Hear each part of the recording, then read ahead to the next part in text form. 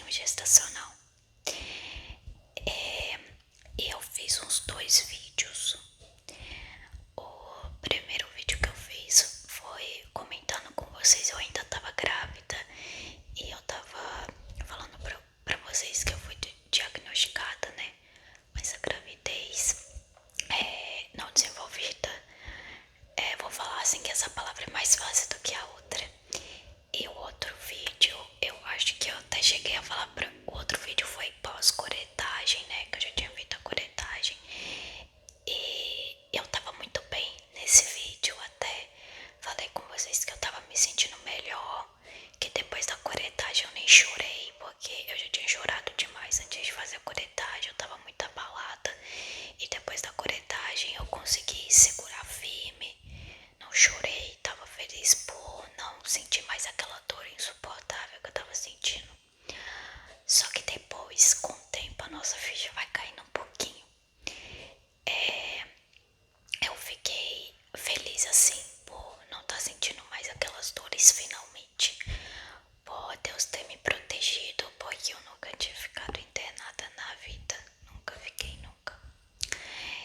E eu fiquei bastante com medo de fazer uma curetagem e com medo de, sei lá, não sobreviver pra contar a história, porque mesmo que é um procedimento simples, mas a gente fica com medo, né? Ainda mais que tem anestesia, né, e tudo. Então a gente fica com muito medo de acontecer algo grave com a gente na hora e dar algo errado, né? Só que, tipo, quando a dor passa, a gente fica aliviada, só que com o tempo a nossa ficha vai caindo e a gente fica pensando, né? É uma coisa muito difícil, porque querendo ou não, eu ainda acho uma coisa pior do que ganhar um filho. Sabe por quê? Ganhar filho, sim, é uma dor imensa. Deve ser uma dor inexplicável. Só que eu acho muito melhor você sentir a dor e ter o seu filho nos braços, saudável, do que você sentir uma dor de perda e ter que fazer um resguardo sem o teu filho. Imagina a dor, fazer um resguardo sem teu filho nos braços. Então eu acho uma dor imensa também, sabe? Tem gente que acha que é fácil, mas não é, cara, não é. Não é fácil. E antes de eu perder, né, a criança, eu tava sentindo muitas cólicas, como eu falei pra vocês. Eu já tinha sido diagnosticada, só que até então não tava com nada. Depois eu comecei a ter sangramento, pouco sangramento, fui no médico, tava tudo ok até então. Ainda a médica falou que ainda tinha esperança da gravidez se desenvolver e que o meu colo do útero tava fechado ainda. Depois de uns dias eu voltei de novo porque eu não tava aguentando de dor. Era uma dor pior do que cólica de menstruação e eu tava sangrando cada vez mais sangrando. Então assim, eu tava sangrando muito e tendo muita dor nas costas e na frente. E o meu psicológico, gente, já tava abalado. E eu sempre falei pra minha avó, sempre falei pro René também, meu marido, que eu não queria outro filho, que eu queria aquele e que eu não queria perder ele, que eu tava perdendo ele. Eu ficava estressada, eu chorava, eu brigava com as pessoas e eu falava: eu não quero, não quero, não quero ter outro filho, eu quero esse, que ele não pode ir, não sei o que, não sei o que. Eu falava tanto de trem, sabe? E aí, gente, depois, nesse dia aí que eu fui no médico de novo pela segunda vez, o René tava comigo. E aí a médica, muito boa, inclusive foi a mesma médica que me atendeu, eu tive essa sorte. Porque quando é médico assim pelo SUS, geralmente não é o mesmo médico, sempre troca de médico. Na verdade, até particular também costuma trocar, né? Dependendo. Mas assim, pelo SUS troca muito assim os médicos. E eu tive a mesma sorte da mesma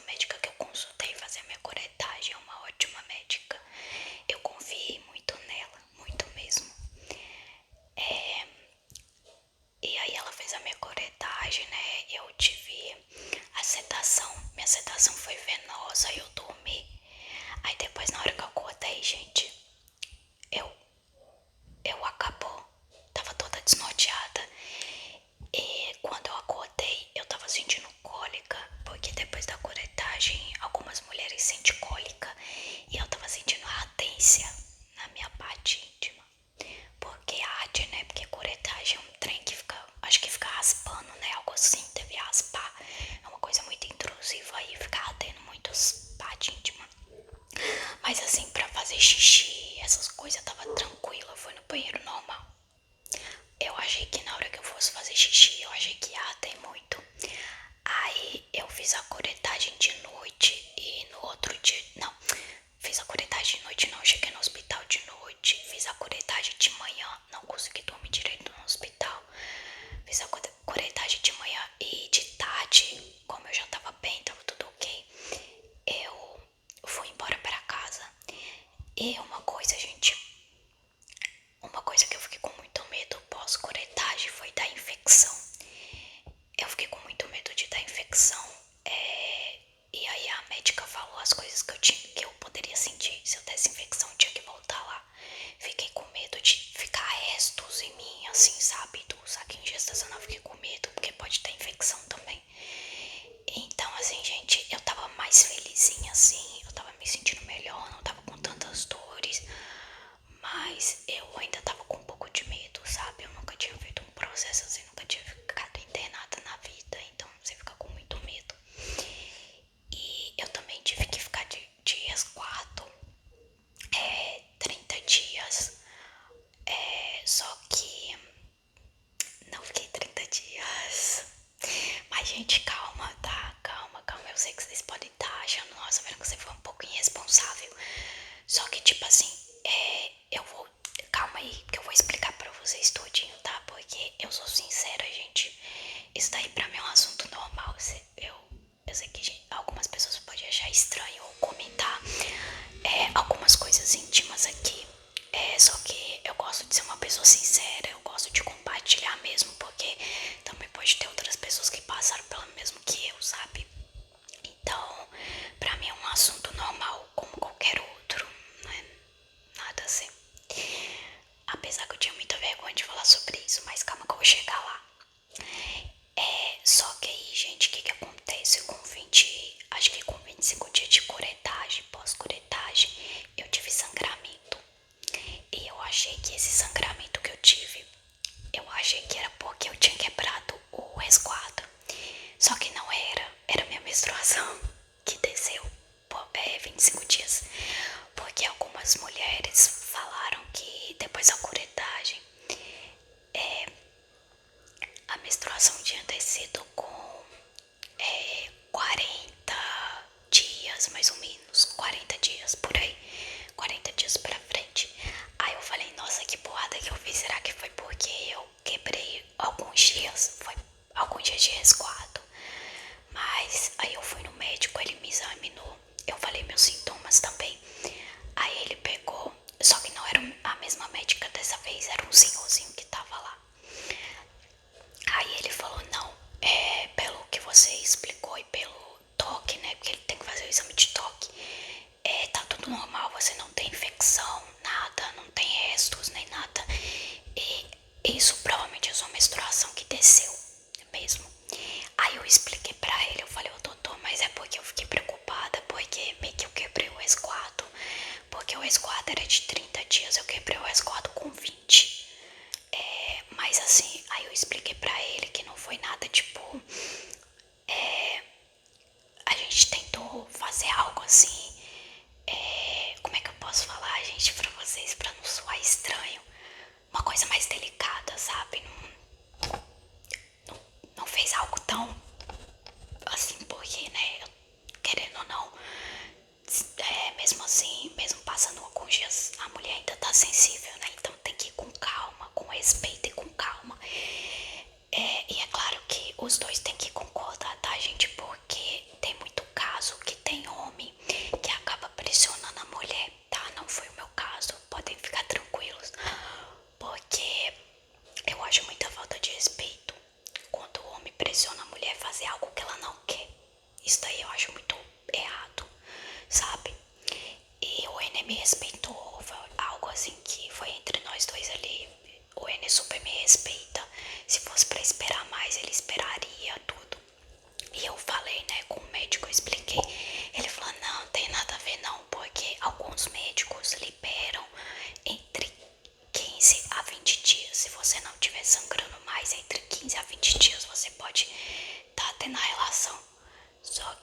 eu acho 15 dias ainda um pouco arriscado, mesmo que a pessoa parou de sangrar, eu ainda acho um pouco arriscado. Então acho que com 20 a 30 dias até que tá ok. Então o médico falou que tava ok, que não tinha problema. Se não aconteceu nada, se eu não senti dor, tava tudo ok, que era só minha menstruação mesmo. Então, aí ele me passou um anticoncepcional pra me tomar só um mês só. Porque eu não tomo anticoncepcional, galera. Eu até falei pro médico que eu não tomava anticoncepcional, que eu não gostava de tomar. E aí ele falou, não, beleza, então vamos fazer o seguinte. Só pra dar uma reguladinha aí e também não sangrar tão intenso assim. Eu vou te passar um anticoncepcional pra você tá tomando só esse mês. Aí depois você não precisa tomar mais. Tô tomando ainda um anticoncepcional, mas tá acabando já. Tive que voltar com meus remédios de ansiedade. Pra quem não sabe, eu comecei a tomar o remédio de ansiedade já tem um tempo, acho que desde dezembro. Porque eu tava tendo muita crise de ansiedade, principalmente à noite. E aí a médica, eu voltei na médica, né, na minha obstetra, é assim que fala. Voltei nela, inclusive os pessoal do posto, né, foi bem legal assim comigo. Falaram, né, as coisas, sinto muito, tudo, pela sua perda. A médica também falou a mesma coisa comigo, sinto muito pela sua perda e tudo. E ela perguntou se eu queria voltar com o remédio de ansiedade. E eu tive que voltar, galera. Eu espero que algum dia eu pare de tomar. Mas o meu remédio é bem fraquinho também. Ele não é forte, não. Ele não é aquele remédio de ansiedade forte, não. Mas eu tive que voltar porque depois que eu tive a perda, eu comecei a ter crise de ansiedade de novo. Eu comecei a sentir meu coração acelerar de novo. Acelerar. E tendo aquela respiração intensa, assim, tipo de uma vez, aquela coisa. E o coração acelera. E eu também comecei a ter muita crise à noite depois da perda. E aí eu tive que voltar com o meu remédio de ansiedade.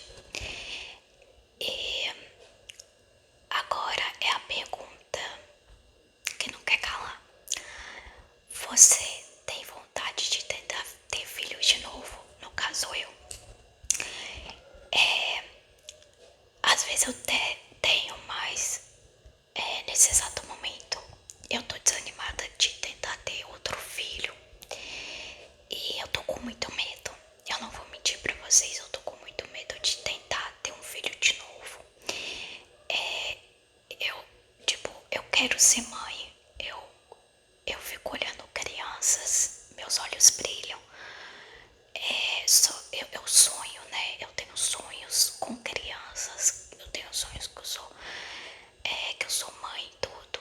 Só que eu tô com medo, galera. Eu tô com muito medo de passar por esse perrengue de novo, porque é um perrengue. Só quem passa sabe o quanto que é ruim. É muito ruim mesmo. Então assim, eu vou falar a verdade pra vocês. O que eu queria mesmo era adotar. Eu tenho muita vontade de adotar uma criança. Eu acho que eu tenho mais vontade de adotar do que o René. O René, ele quer ser pai, só que eu acho que ele tem mais vontade de ter um filho dele mesmo. Eu já tenho vontade de adotar. Só que eu tava pesquisando e tem que, tipo, entregar os documentos, né? E tem que fazer curso, tem que passar, acho que no psicólogo, se eu não me engano. E tem que fazer uns processos. E se a pessoa que, tipo assim, se a pessoa quiser um bebê recém-nascido e quiser do jeitinho dela, as características, parece que demora mais pra sair. Tem gente que fica até 5 anos na fila esperando. Agora, se a pessoa quer uma criança maior ou até um adolescente, parece que a pessoa consegue mais rápido, entendeu? E se eu não exigir muita coisa, tipo, exemplo, tem que ter olho azul, tem que ser pardo,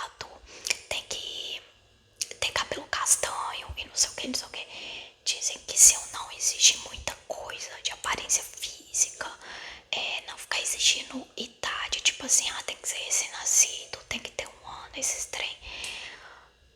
Dizem que a gente consegue mais rápido se não ficar exigindo muita coisa. Agora, se exige muita coisa, demora. E pra falar a verdade, eu não tô com ânimo pra adotar um recém-nascido se eu fosse adotar.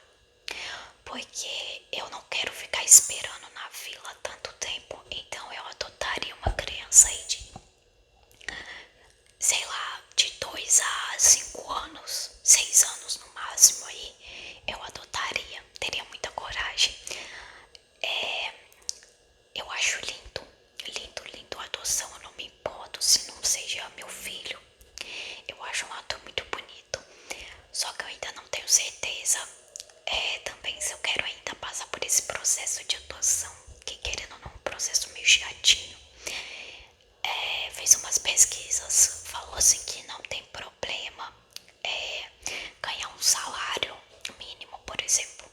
Se você tiver condição, tipo, se você tiver uma casa assim até ok, tiver condição de sustentar, eles veem que você tem condição de dar ali pelo menos o básico, parece que é aprovado.